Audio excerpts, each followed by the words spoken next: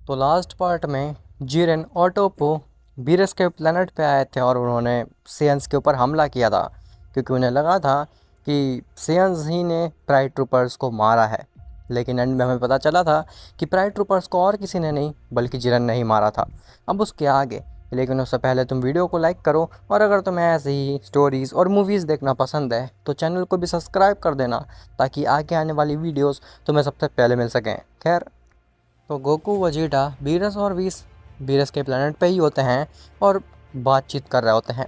लेकिन तभी वहाँ पे पोर्टल खुलता है अचानक से, और वहाँ से जेनो और ग्रैंड प्रिस्ट आकर के बीरस के प्लेनेट पे गिरते हैं, जो कि अपने फाइनल फॉर्म में होते हैं। और ऐसा लग रहा होता है कि उनको किसी ने बहुत बुरी तरीके से पीट दिया है। बीरस कहता है, लॉर्ड जेनो, लॉर्ड ग्रैंड प्रिस्ट, क्या ये आप हैं? लेकिन आपकी ऐसी हालत किसने की आखिर? तो जेनो कहता है, बीरस, हमें पहले एक सेफ़ जगह ले चलो। मुझे नहीं लगता है कि तुम्हारा प्लेनेट सेफ़ है। तुम्हारे प्लेनेट से मेरी और ग्रैंड प्रिस्ट की सेंस की जा सकती है बड़ी आसानी से। पहले हमें एक सेफ़ जगह लेकर के चलो जहाँ से हमारी की ना सेंस हो सके। बीस कहता है, लेकिन लॉर्ड जनो, आपकी की किसको ना सेंस हो सके? क्या बात कर रहे हैं आप? हमें कुछ समझ में नहीं आ रहा है। तो ग्रैंड प्रिस्ट कहता है, बीस, बकवास बंद करो और बस लॉर्ड जनो जो कह रहे हैं वो करो। हमें किसी सेफ जगह ले चलो जहाँ से हमारी की ना सेंस हो सके, जो कि इस यूनिवर्स में एकदम एंड पे हो। जिसके बाद बीस गोकू वजीटा बीरस जेनो और ग्रैंड प्रिस्ट के साथ में पहुँचता है एक ऐसे प्लेनेट पे जहाँ से की सेंस कर पाना किसी के लिए भी इम्पॉसिबल होगा, क्योंकि वहाँ पे इतनी ज़्यादा स्टार्स और गैलेक्सीज थी कि जेनो और ग्रैंड प्रिस्ट की आसानी से वहाँ पे हाइड हो जाती। खैर, वीस जैसे ही उनको लेकर के एक सेफ प्लेनेट पे पहुँचता है तो वीस कहता है, लॉर्ड जेनो, लॉर्ड ग्रैंड प्रिस्ट, मैं आपको लेकर के एक सेफ प्लेनेट पे आ चुका हूँ। अब बताइए आखिर क्या हो गया आपको? आपकी ऐसी हालत की किसने आखिर? तो ग्रैंड प्रिस्ट कहता है, हम लोग मल्टीवर्स को छोड़ के भागे नहीं थे, बल्कि ओमनी रिंग को सेव करने के लिए गए थे। गोकू कहता है, ओमनी रिंग? आखिर ये क्या चीज़ होती है? तो जेनो कहता है, ओमनी रिंग एक ऐसी रिंग जिसको हासिल करने के बाद में कोई भी बीइंग इतना शक्तिशाली बन सकता है कि वो पूरे मल्टीवर्स को मैनिपुलेट कर सके। और ऐसी 3 रिंग्स एग्जिस्ट करती हैं पूरे मल्टीवर्स में, और ये रिंग्स इतनी ज़्यादा ख़तरनाक हैं कि मैंने भी कभी भी इन रिंग्स का इस्तेमाल नहीं किया। मैंने इन रिंग्स को अलग अलग टाइम लाइन्स में, अलग अलग डायमेंशंस में छोड़ रखा था, ताकि किसी को भी ये 3 रिंग्स ना मिल सकें। लेकिन मुझे नहीं पता कैसे एक बीइंग को 3 में से एक रिंग मिल गई, और वो बीइंग हमारे पैलेस पे आ गया। उसके हाथ में वो ओमनी रिंग देख करके मैं और ग्रैंड प्रिस्ट काफ़ी ज़्यादा घबरा गए और फ़ौरन ही गायब हो गए अपने पैलेस से, ताकि हम बाकी 2 रिंग्स जो बची हुई थी उनको सेव कर सकें। मैं और ग्रैंड प्रिस्ट हर टाइमलाइन में, हर डायमेंशन में जा कर के उन बची हुई 2 रिंग्स को सेव करने की कोशिश कर रहे थे।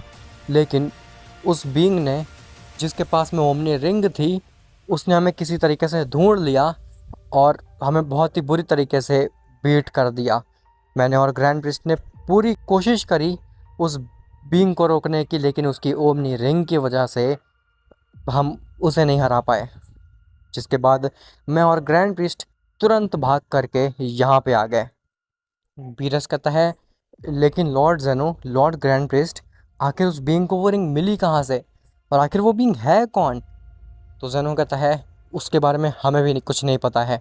वो बीइंग एक काले रंग का कपड़ा पहना हुआ है जिसके अंदर वो छुपा हुआ है। हमें बिल्कुल भी नहीं समझ में आया आखिर वो बीइंग है कौन। लेकिन उसके पास में से बहुत ही ज़्यादा डार्क एनर्जी की वाइब आ रही थी, मानो कि वो कोई डीमन रेल्म का बीइंग हो। मैंने आज से पहले उसके जैसी की किसी की भी सेंस नहीं की है। वो काफ़ी ज़्यादा स्ट्रॉन्ग था।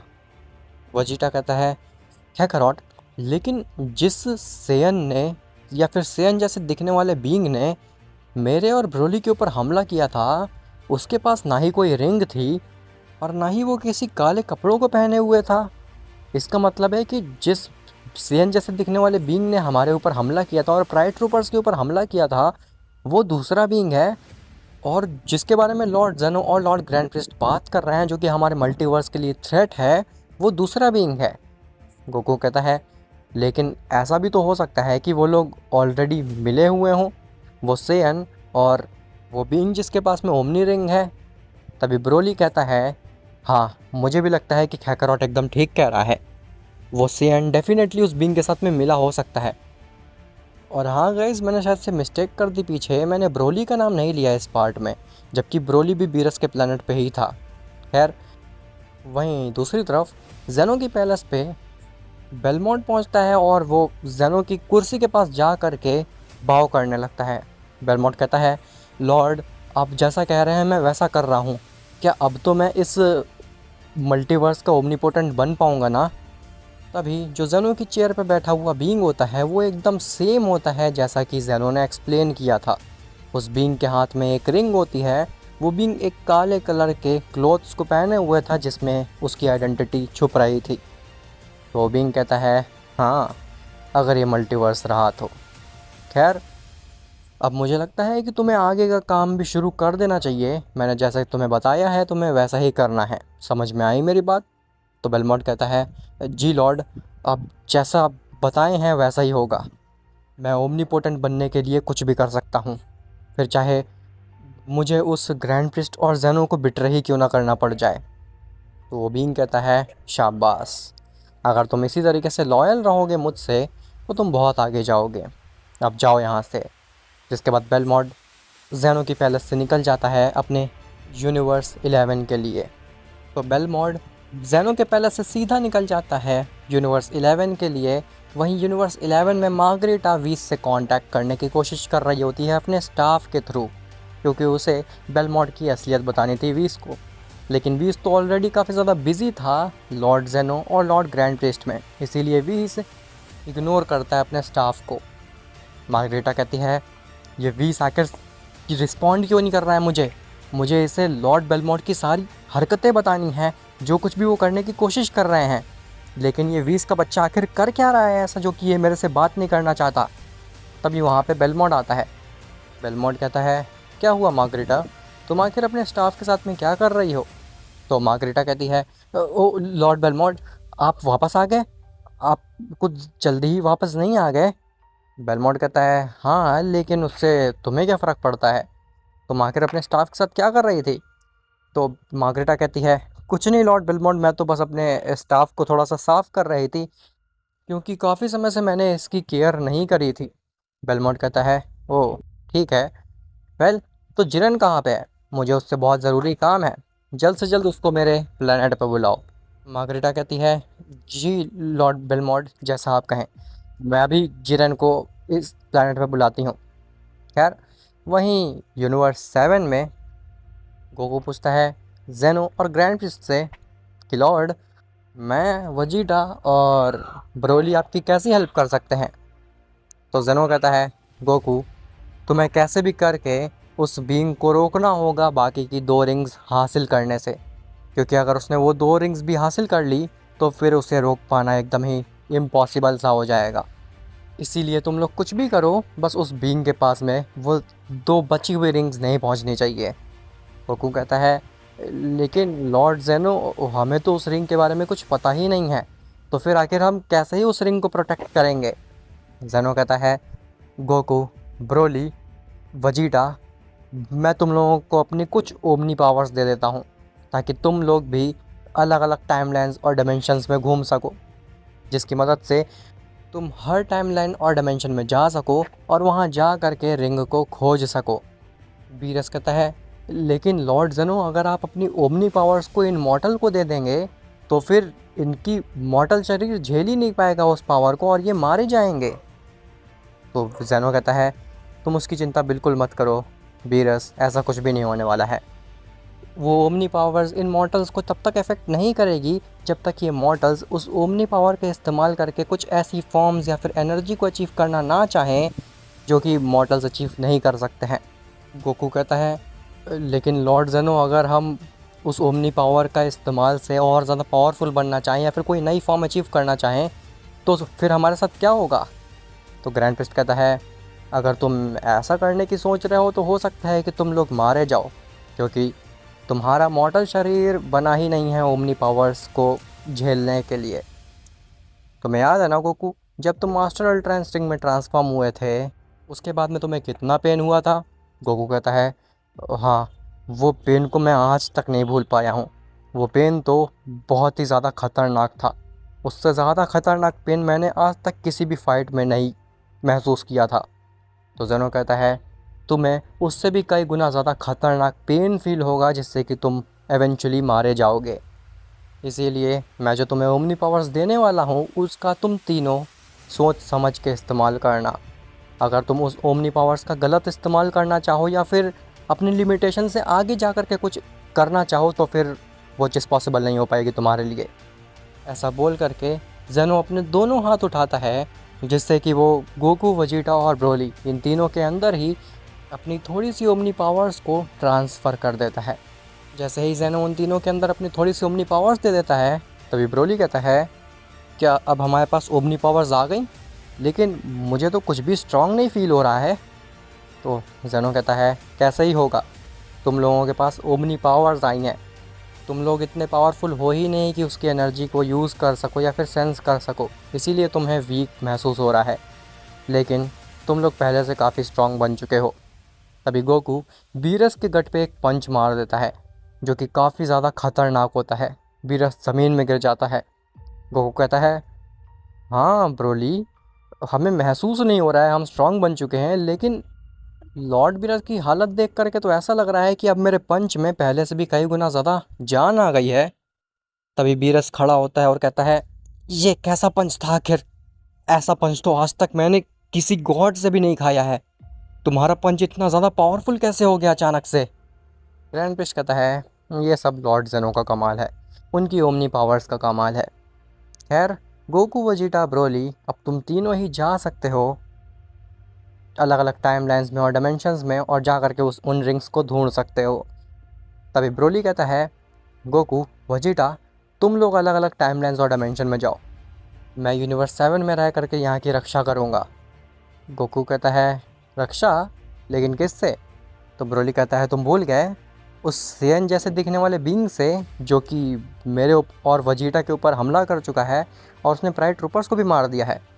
हो सकता है कि वो दोबारा से हमारे ऊपर हमला करे, इसीलिए हमें पहले से प्रिपेयर रहना पड़ेगा ना उसके लिए।